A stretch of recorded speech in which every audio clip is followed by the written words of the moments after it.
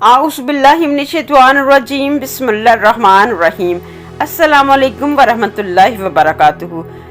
आज से हम आगाज़ कर रहे हैं एक ऐसी हिस्टोरिकल सीरीज़ का जो सिर्फ एक बादशाह की कहानी नहीं बल्कि अदल, ईमान और इंसानियत की कहानी है। वक़्त के अंधेरों में जब उम्मत के चिराग बुझ चुके थे, जब बैतुल मुक़द्दस की फ़ज़ाओं से अज़ान की सदा गायब हो चुकी थी, जब सलीबियों के झंडे मस्जिद अक्सा की दीवारों पर लहरा रहे थे, तब तारीख़ के उराक में एक नया नाम उभरने वाला था। एक ऐसा नाम जो ईमान, अदल और शुजात का इस्तारा बन गया। ये कहानी है सलाहुद्दीन यूसुफ बिन अयूब की, वो सिपाही जिसने ख्वाब नहीं देखा बल्कि ख्वाब को हकीकत बनाया। ये 12वीं सदी का ज़माना था जब आलमी इस्लाम इंतशार का शिकार था।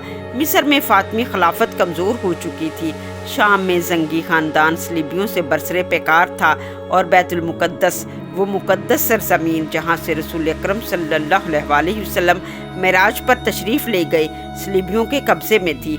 इन्हीं दिनों एक नेक आदल बादशाह नूरुद्दीन महमूद ज़ंगी शाम पर हुकूमत कर रहा था। उसके दिल में एक ही आरज़ू थी, बैतुल मुक़द्दस को आज़ाद कराना। उसके महल में बेटे की हैसियत से एक नौजवान सिपाही परवान चढ़ रहा था, खामोश, संजीदा मगर ईमान की रोशनी से भरपूर। उसका नाम था यूसुफ बिन अयूब, जिसे दुनिया सलाहुद्दीन के नाम से पहचानती और जानती है। नूरुद्दीन ज़ंगी ने उसकी तरबियत इल्म, अदल और तक़वा के साथ की और यही तरबियत थी जो बाद में सलाहुद्दीन को तारीख़ का हीरो बनाने वाली थी। ये दास्तान सिर्फ तलवारों की नहीं बल्कि ईमान की है। ये फ़तह सिर्फ मैदानों में नहीं बल्कि दिलों की फ़तह थी। सलाहुद्दीन अयूबी, एक नाम, एक करदार, एक अहद। आइए इस ईमान अफरोज़ सफ़र का आगाज़ करते हैं। यूसुफ बिन अयूब एक आम गिरद ख़ानदान में पैदा होने वाला बच्चा, जिसके वालिद नजमुद्दीन अयूब एक बहादुर मगर दयानतदार सिपाही, उनके चचा असदुल्ला शेरकू नूरुद्दीन ज़ंगी की फ़ौज के नामवर जर्नैलों में से थे। सलाहुद्दीन का ख़ानदान इल्म, ईमान और वफ़ादारी में मशहूर था। वो लोग दुनियावी जाहो जलाल के तलबगार नहीं बल्कि अल्लाह ताला की रज़ा के तलबगार थे। नजमुद्दीन अयूबी और उनके भाई असदुद्दीन शेरकू का ताल्लुक किर्द कबीले से था, जो इराक के इलाके तकरीत के करीब रहते थे। ये दोनों भाई सल्जूकी दौर में एक मुकामी हाकम के मातहत तकरीत के गवर्नर थे। सलीबियों ने हर तरफ सफाकी और जुल्म सितम का बाजार गर्म कर रखा था। मुसलमानों का कत्ले आम किया जाता था। दोनों भाइयों नजमुद्दीन और असदुद्दीन शेरकू नूरुद्दीन ज़ंगी के पास पनाह लेने के लिए अपना वतन छोड़कर निकले। सलीबी फ़ौज उनके पीछे थी। इस वक्त नजमुद्दीन की बीवी फ़ातिमा की डिलीवरी करीब थी। रास्ते में फ़ातिमा की हालत ख़राब हो गई तो नजमुद्दीन ने अपना खैमा लगाया और अपने 2 बेटों शहनशाह और तुरान को उनके साथ शेरकू के साथ नूरुद्दीन ज़ंगी के पास भेज दिया।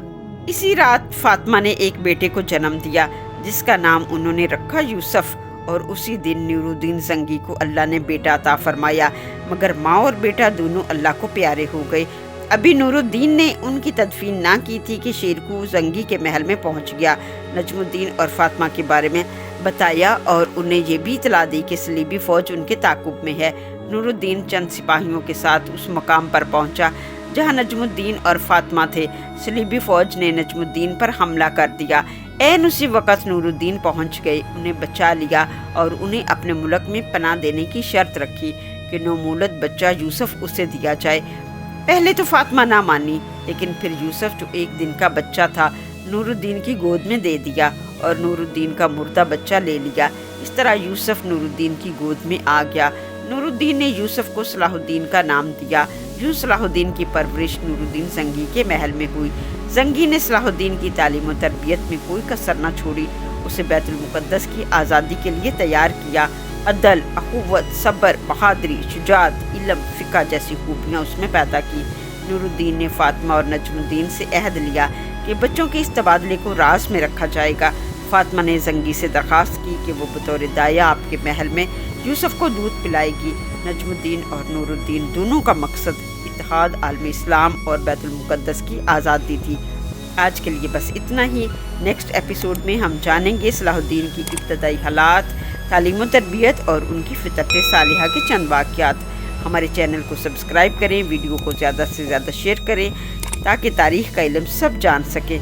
ملتے ہیں نیکسٹ ویڈیو میں، تب تک کے لیے اللہ حافظ، اسٹے بلیسڈ۔